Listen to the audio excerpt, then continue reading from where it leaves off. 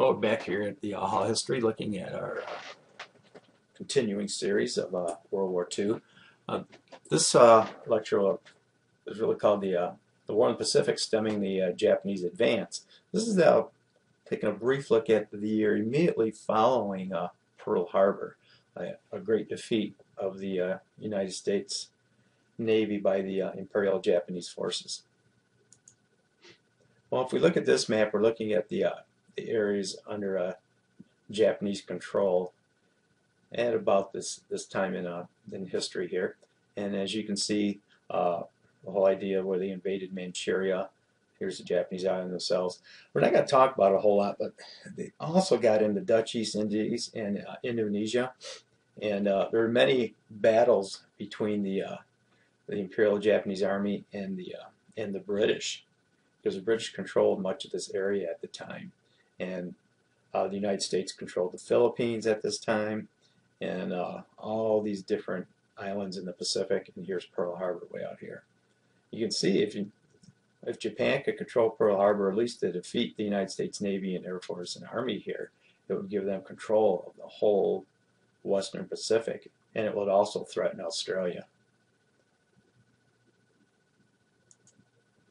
Well, immediately after, in March of 1942, the Japanese invaded the Philippines. There was some very severe fighting going on the islands there. If you remember from our look at U.S. imperialism, we got the Philippines from Spain, the Spanish-American War, and the big battles took place on Corregidor, where the United States finally surrendered, and General Douglas MacArthur, who you see here on the left here, actually in one of the tunnels there, was told by FDR to get out, and he got out on one of the PT boats before the island surrendered. One of the more infamous parts of the surrender of U.S. troops there was the March to Bataan. In Japanese military culture, surrendering is not allowed, and they thought anybody who surrendered was not like them, and they were not to be treated with very much respect. And on this march to Bataan, many American soldiers were tortured, killed, just bayoneted for not moving along or looking at a Japanese guard the wrong way. We're not going to have much time to look at this, but I would encourage you to check this part of World War II out. It's a very sad chapter of World War II.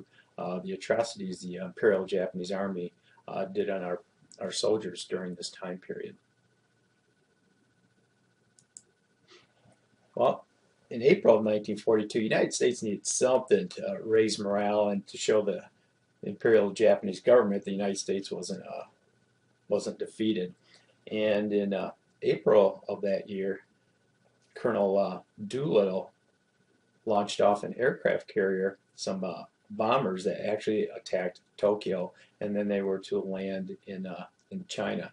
China was sided with the United States in this, and the raid itself didn't do much damage at all, but it did provide the Americans with a ray of hope that we could, and we will defeat the Imperial Japanese Empire, and also made the Japanese stop and take stock that, whoa, you guys just came in and bombed Pearl Harbor, but here we are, we're coming back and we're bombing your capital city of Tokyo. So it was definitely a morale boost for the American public. And here's Colonel Doolittle's on the right, and the bombers that were taken off the aircraft carrier. The Battle of Coral Sea, May of 1942. And it's interesting to note, by the time this time period rolled around, all these battles, this Battle of Coral Sea and then the Battle of Midway, were done mostly, if not entirely, by planes, fighter planes, torpedo bombers launched by aircraft carriers. As I mentioned before, the United States was fortunate the aircraft carriers were not in dock at Pearl Harbor during the bombing of Pearl Harbor. The Battle of Coral Sea, the map's on the left there, one of the U.S. carriers is on the right. Somewhat of a draw, but it really stopped the the Japanese advance into the Eastern Pacific.